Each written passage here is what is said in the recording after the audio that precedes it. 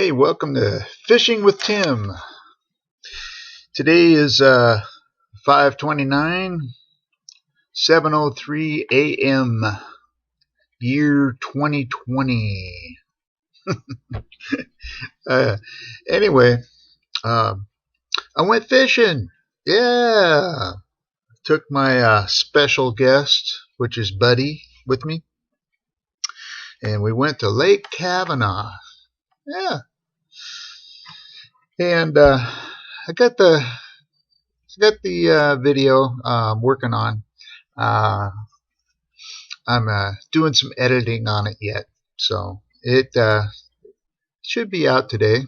Yeah, so you guys can check it out. I titled it "Big Fish or No Fish," so you'll see the outcome on the video. It was foggy out there. Oh my gosh! I got up there. I left here about it wasn't sun up yet, and so I think it was like about 4:30. I think I left here about 4:30 in the morning, and I got up to the lake about 5:30. Takes about it takes about an hour and 10 minutes to get up there from here. So we got up there, and there was one other there was some there was about three trucks with trailers there, so people were already out in the lake from the boat launch. And there was one guy that was loading his boat into the water. He had just a little John boat with a motor he was putting on, and so I backed up away from him and started get my boat loaded. And he asked me, he says, "You need some help?" And I go, "Well, not really. I got wheels on the boat, on the back of the boat, and I have it hooked to a winch, electric winch, with my battery, and I just kind of pull it out a ways and then let the gravity with the cable lower it down to the ground, So he said, "Well, that's pretty cool, I said, "Well, yeah, I'm not buying another trailer and tabs, when I already have a trailer with another boat on it already. I have to pay for license on that, which I haven't done yet. I'm waiting till July to not pay a penalty again." So that's kind of how it goes. If you have your boat sit for a year and not license the boat, I'm not talking about tabs, I'm talking about the sticker on the boat, they'll charge you a penalty if you ask for it early, So it's like, okay, whatever. This state is just tax happy, penalty fee happy. It's ridiculous. State of Washington, I'm referring to. For those of you that don't live elsewhere. Let's see. Got it on public. Watching.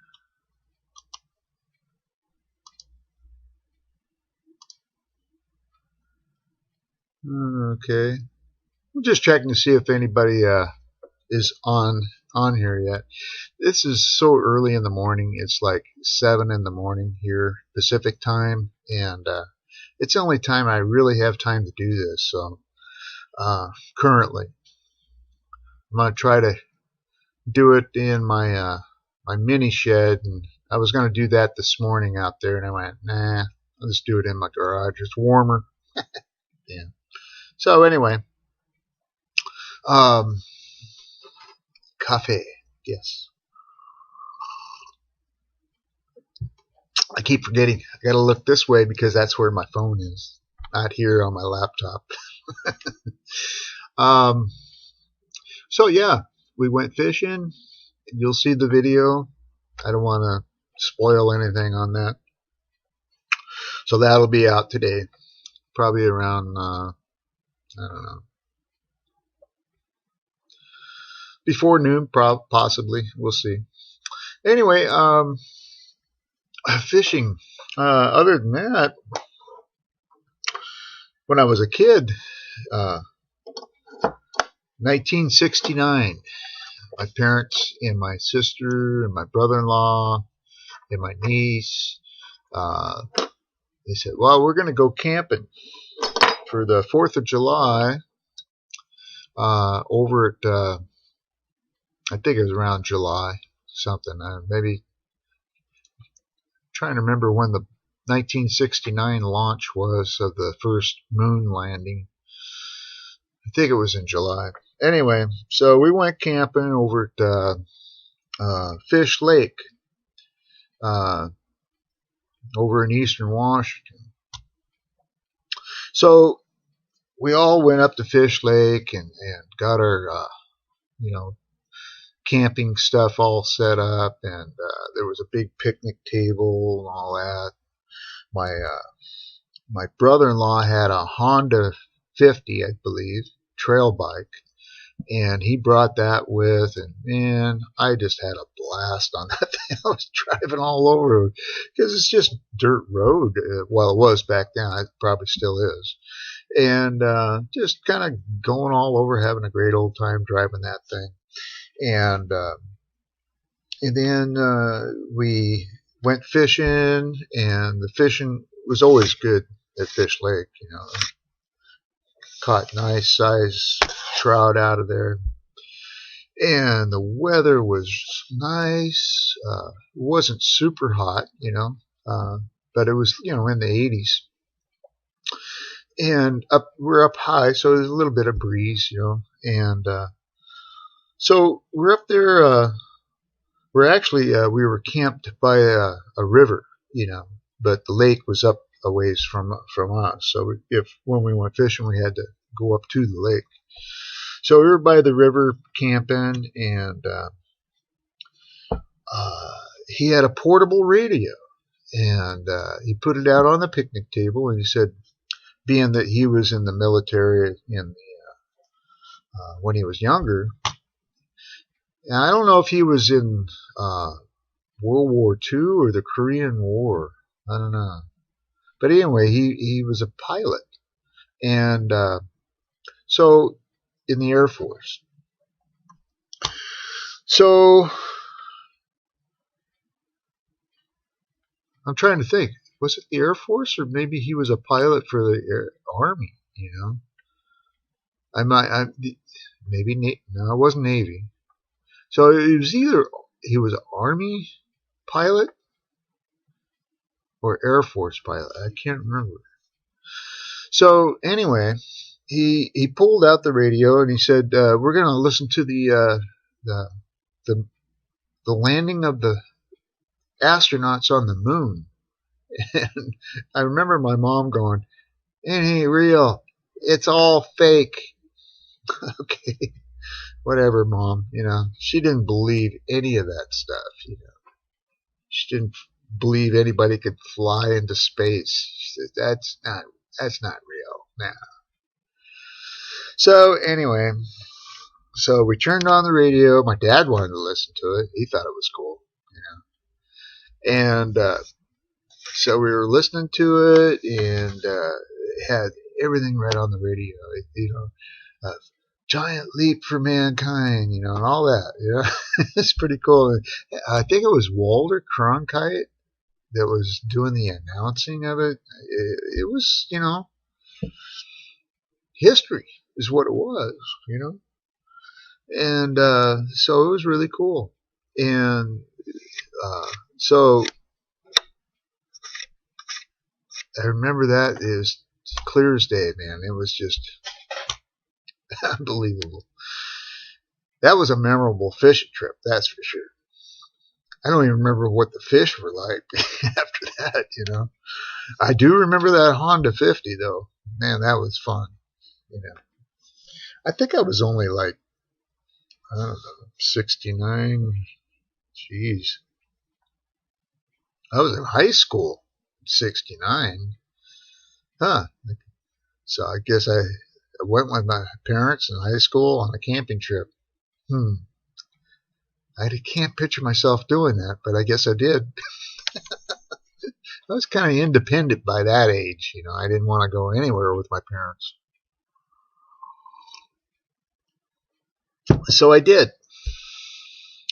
And then, up the cabin, and I've talked about the cabin before up Lake Bosworth. Uh, we had mom and dad would, invite everybody up there all the time, and so my sister and my brother-in-law. Well, my brother-in-law had a really nice wood boat back in the '60s. It wasn't one of those. I can't remember the name of those boats, but they're all wood and varathane and really kind of a dark stain on them. They have a inboard outboard engine on them. It's like beautiful boats, and they cost like a fortune. People restore them. I mean, nobody tries to get rid of a boat like that. No, they restore them. Because they're worth a lot of money. And but his boat was wood too, and but it wasn't anything that fancy. It was just a boat with an outboard on it. So he brought it up there, and so we all went riding in it. And for us, we just had rowboats. So something like that for a kid like me, back then in the '60s, that was really cool. Hey, it has a steering wheel. It has seats. So we all had fun in that, and up on the lake. You can't even have a motor on that lake anymore. I remember at one time, sitting on the porch up there at Lake Bosworth, and a seaplane landed in the lake. I was like, "Whoa, Mom, an airplane landed in the lake. Look at this." And she'd running out, and she says, "Well, that is something." She says, "What are they doing? Fishing?" I said, "No, they're not fishing. I don't think they're fishing. I don't see any poles on the pontoons, Hey, I think I got one." Reel it in. No, they landed, and then they took off. That was really cool. Noisy. Oh my gosh. Sound carries on water really big time. An airplane. Oh my gosh, yeah. But we lived down in Kenmore too in the '60s, so seeing planes take off the water and land in the water down at Lake Washington, that I saw that a lot when I was a kid. Went down there fishing off the log boom. Years ago in Kenmore at the north end of Lake Washington, at a dock, the logging trucks were able to actually drive out on this dock, and then they would dump the logs into Lake Washington, and all the logs were tied together, and it made this huge amount of log, whatever yardage of logs, and you could go out there, when we were kids, and walk on those logs all over the place. And then we'd fish for perch in between the logs. It was pretty cool. But then they got rid of it. Now the remnants of the dock is still there, but you wouldn't want to drive anything out on that dock anymore. It's about ready to fall and rotted away. Still a lot of perch in that lake. They have the regular greenish perch, and then they have yellow perch too, which are larger and they're further out in the water. You can fish about 25 feet, and you can catch yellow perch. I think I don't know if it's a year-round fish. I remember seeing it in a particular time of the year, and I think it was like August, late August, when people were out there fishing for yellow perch. Yeah. So, but like everything else, you don't want to eat a lot of fish, so especially bottom fish. they have recommendations on how much fish you can eat a month. So and for us, we don't eat a lot of. Well, we eat a lot of salmon, but only eat salmon about once a week, maybe. So mostly we eat chicken. I want to get some crab this year. Go out there in Puget Sound. So hopefully, right now I'm working on the RV, getting it all ready to go for our trip down to mid-Oregon coast, down Florence, Oregon. We have our reservations. They confirmed it, so they are open. Um, so kind of cool, but I don't know what else will be open by that time down there. So we might end up just buying our food and eating in the RV, not going to restaurants, But we'll see when we get down there what it's like. Oregon's been pretty strict, like Washington, on how they're reopening. And here in Washington, it's been a phased approach. Phase 1, Phase 2, Phase 3 that nobody's in yet. And Phase 4 is pretty much almost back to normal, but cautious, So I don't know. Our our county, Snohomish County, here in the state of Washington, we're still in Phase 1 right now, but which means the restaurants aren't open except for takeout, So they're losing money. I mean, they're hardly making any money, So there's places just closing up for good. They're not even going to reopen, probably. It's just the way it goes right now. So the governor is doing everything like he says, per data, per science. So we'll see. So he's going by numbers. What is being recommended by the health and science people for that are overseeing how this goes, and giving their recommendations to our government. So the numbers, apparently, we're not low enough in Snohomish County yet, as far as our numbers. But they're basing on the numbers that are coming out of rest homes. Well, if you take the rest home numbers out, as far as deaths go, and there's normally a lot of deaths in rest homes for older people, but if it's the virus related, that's on that. So they're pushing to get those numbers taken out of the equation, and just based on the other part of the population. If they do that, our numbers are low enough that we can go to Phase 2. Phase 2 means the restaurants can go to, I think, 50 people max in the restaurants. So they have every other table X'd off. You can't sit there. Social distancing. And, of course, you're not going to wear a mask because you got to eat,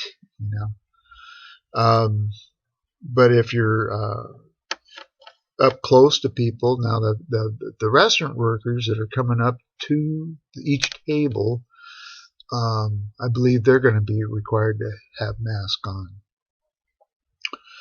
So, and then the people in the booth, it could be up to 5 people not related. I think that's how it goes. No more than 5. So if you have a party of 10 people, but they're all family, I don't know how that's going to work. I have a feeling it's just not going to work. And plus, you're going to have to call in. I'm sure that you're going to have to make reservations, no matter what restaurant it is, unless they're, normally slow, like a little rural type restaurant somewhere. So you would have to reserve your table. And then if you don't show up, so it'll be better than orders to go, that's for sure. They'll at least make some money. But their staff, oh, yeah. They won't have a normal staffed restaurant anymore, that's for sure. So, upcoming videos, fishing. Well, I'm going to be, I think next up I'm going to go to some local lakes. Well, not as far north as what I've been going to, which have been like an hour away. I'm going to go to Lake Bosworth again. That'll be coming up. Hopefully before we go on our trip in July, the end of June. So I plan on going to Bosworth and maybe Rosinger too before that happens. But I have a lot of work to do on the trailer too. I'm recoating, resealing the roof vents on the trailer here shortly. I already installed new carpet, new tiles inside. It looks really nice. I have some floor rework in the kitchen that I got to do, and then put the tiles down on that, finish that off. Reseal the vents that are, I have a couple leaks, or one leak, so I got to patch that up. And get the truck all ready to go for towing. And we'll be heading down south. So when I go to Bosworth here, I took the electric motor. And the electric motor died on me because the battery health. And I charged it before we left. So I know the battery was good. So I'm not, I might have a battery that's going dead on me. So I'll check it with distilled water, make sure it's topped off, recharge it again, take a spare battery with me when I go to Bosworth. And then if that battery dies on me again, another thing, leaving the wheels on the boat is creating too much drag. So I'm going to make it so I can get the boat, off the truck and get it down to the water, and then take those wheels off. Yeah. And once the wheels are off, then I think it will be less pull drag on the boat, and I think the battery will last longer too. And so we'll try that out. And then when I go to reload the boat, I'll just put the wheels back on, and then get the boat loaded back up. That's the only reason I have the wheels on there, is for loading and unloading the boat. So we'll try it. See if I got something a little easier to strap that set of wheels on the boat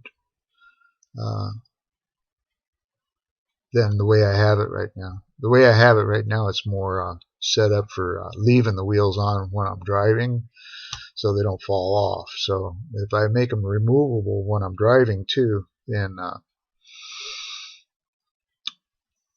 think that'll work better. All right.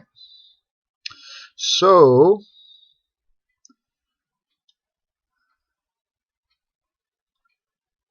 and then Lake Rosinger will be up after that. And go back up there again. Last time I didn't do that well on that lake, but I think I was trying the north end and the south end of the lake. It's like two lakes in one, with a little passage between both lakes. And I think I'll just stay in the southern lake, end of the lake this time, and and fish there. I think I might have better luck, and it took me a while to figure out what they were biting on last time. Now I know, I know that there's kokanee in that lake, so I'll definitely try to catch kokanee and catch some trout too. Then when we get back from a trip down the Oregon coast, and I'll be getting the license for the Starcraft and the bigger boat, and I could take that boat up to Kavanaugh, and that launching up there won't be a problem. I'll have more room on the boat, to make better video for one. Hopefully, catch some fish. I think the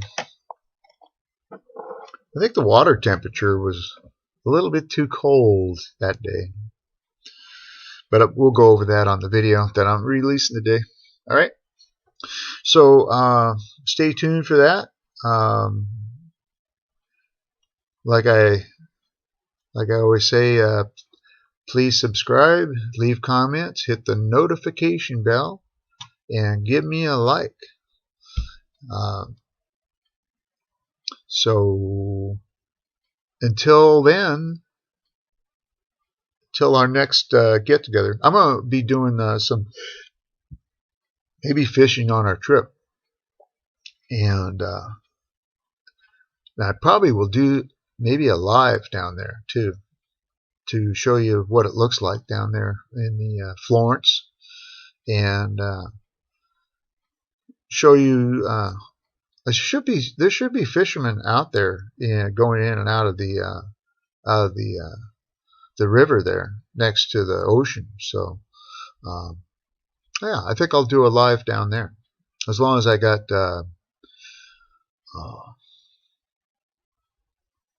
well, that's right, I can't do a live with just walking around with my cell phone. I have to have it hooked up to my laptop right now, until I get the golden number of 1,000 subscribers.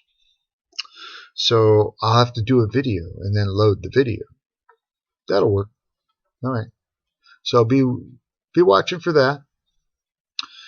All right. So time to wrap it up. See you guys later. Bye.